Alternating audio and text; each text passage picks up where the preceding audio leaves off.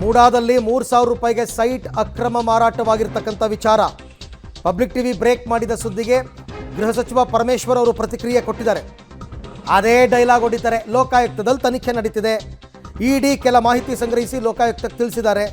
ಈ ಮಧ್ಯೆ ಒಂದೊಂದೇ ಮಾಹಿತಿ ಬಹಿರಂಗವಾಗ್ತಿದೆ, ತನಿಖಾ ಸಂಸ್ಥೆಗಳು ಇದನ್ನೆಲ್ಲ ನೋಡ್ಕೊಳ್ಳುತ್ತೆ ಅಂತ ಕಾಮನ್ ಡೈಲಾಗ್ ಇದೆ.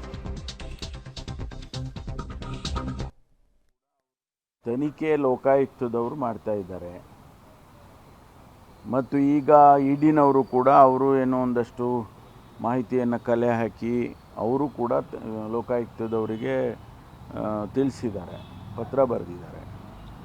ಈ ಮಧ್ಯೆ ದಿನನಿತ್ಯದಲ್ಲಿ ಮಾಹಿತಿಗಳು ಬರ್ತಾ ಇದೆ ಅಂಥೇಳಿ ನಾವುಗಳೆಲ್ಲ ರಿಯಾಕ್ಟ್ ಮಾಡೋದು ಅಷ್ಟೊಂದು ಸೂಕ್ತ ಅಲ್ಲ. ತನಿಖಾ ಸಂಸ್ಥೆಗಳು ಏನು ಮಾಡ್ತಾ ಇದ್ದಾವೆ ಅವರೆಲ್ಲ ಗಮನಿಸ್ಕೊಳ್ತಾರೆ. ಇದನ್ನೆಲ್ಲ ಯಾರು ಈ ಮಾಹಿತಿ ಹೊರಗಡೆ ಕೊಡ್ತಾ ಇದ್ದಾರೆ ಅಥವಾ ಹೊರಗಡೆಗೆ ಬರ್ತಾ ಇದೆ, ಅದು ಸತ್ಯಾಸತ್ಯತೆಯನ್ನು ಯಾರು ತನಿಖೆ ಮಾಡ್ತಕ್ಕಂಥವರು ನೋಡ್ತಾರೆ.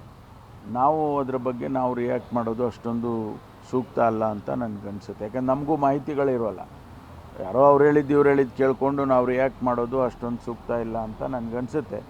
ತನಿಖೆ ಮಾಡೋರು ಇದನ್ನೆಲ್ಲ ಗಮನಿಸ್ತಾರೆ. ತನಿಖೆ